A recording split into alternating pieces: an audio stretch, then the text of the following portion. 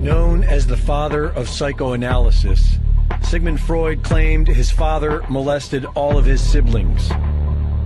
Freud was a cocaine addict, as well as a pedophile advocate who taught that children sexually lusted after their parents, and that children who reported sexual abuse by adults had either imagined or fantasized the experience. He believed that women were the problem with society, and all their problems stemmed from not having a penis. Freud's grandson, Sir Clement Freud, has been accused of molesting multiple young girls and was suspected in the disappearance of Madeleine McCann.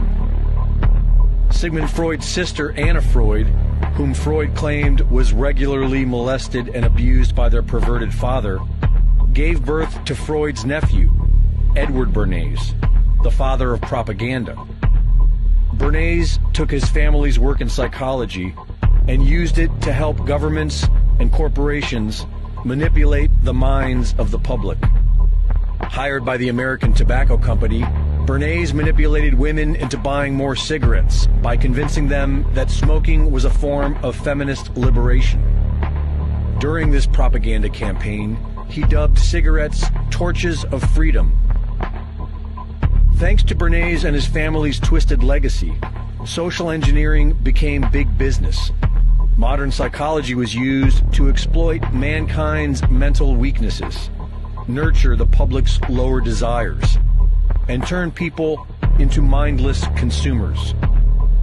Is it any surprise, then, that the great-nephew of Edward Bernays is none other than Mark Bernays Randolph, the co-founder and original CEO of Netflix? Does anyone really think this is a coincidence? Netflix has not only replaced network television as the premier home of pop culture, it is also continuing the degenerate, depraved social engineering of the Bernays-Freud legacy. In 13 Reasons Why, Netflix was accused of romanticizing suicide during a recent increase of teenage suicides. In The Devil Next Door, they were accused of rewriting history to deceive viewers into believing that Poland was responsible for establishing Nazi death camps. In The First Temptation of Christ, Jesus Christ is depicted as a homosexual.